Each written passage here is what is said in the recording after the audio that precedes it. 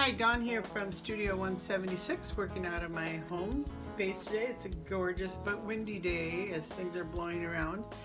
And what I'm going to show you in this video is the first part of getting your plate ready for the etching process.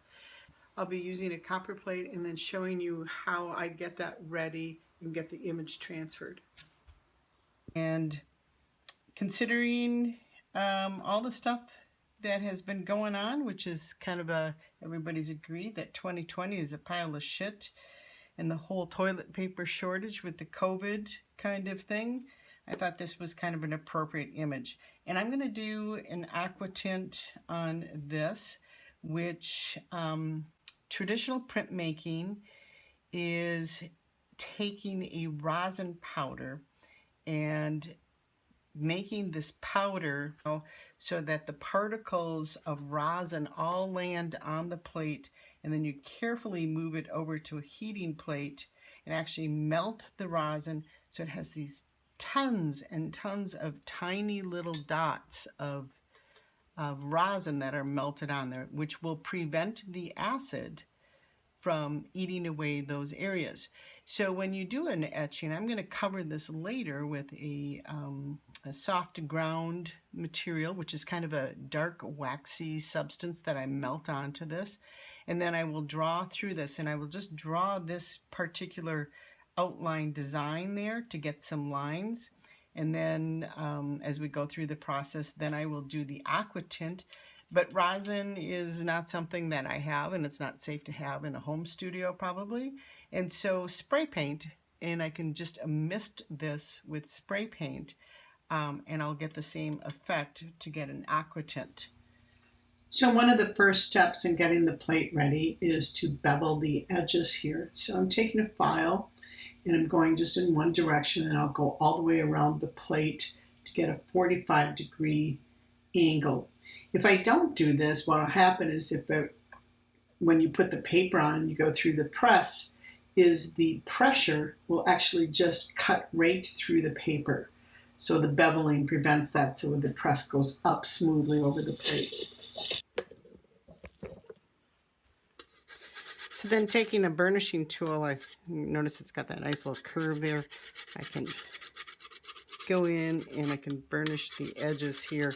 That'll help remove the little grooves that I created with the file.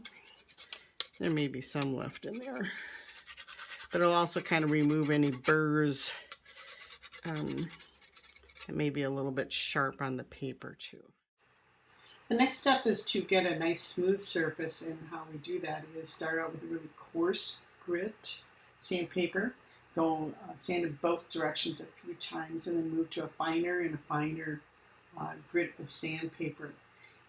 After this, then I take a cleansing powder and make a paste with that with water, and then rub that around. So like Barkeeper's Friend or Comet or something like that works. Here what I'm going to do is take a mixture of household vinegar, just white vinegar, and table salt, and just kind of mix the two of them together on the plate. This plate is pretty oxidized, so I would want to clean it before using it for printing. Also, it will help remove any oils or any extra particles maybe left over from the grit from the cleanser or something like that, to remove that.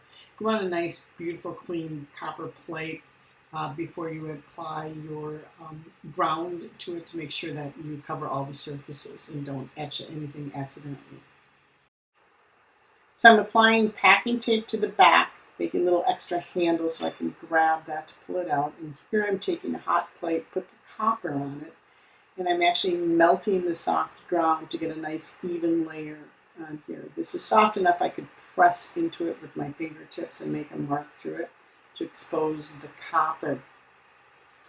So I want to make sure I get that nicely coated, and then once that's finished, it will just take a minute or so to dry. You can see how shiny it is there, and then eventually when it dries, it'll get a really dull coat.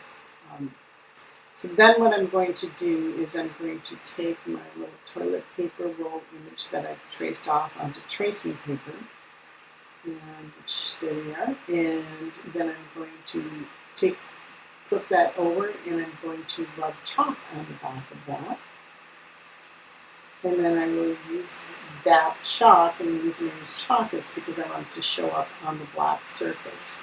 So line it up. And then I'll just redraw. Now it's actually on there backwards.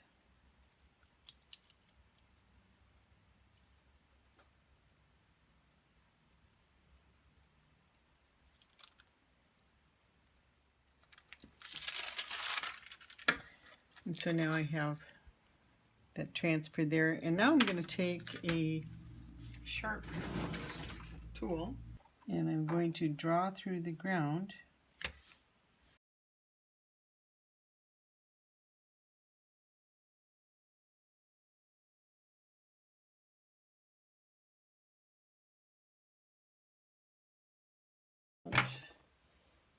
I'm not going to do an Edinburgh edge. I'm just going to do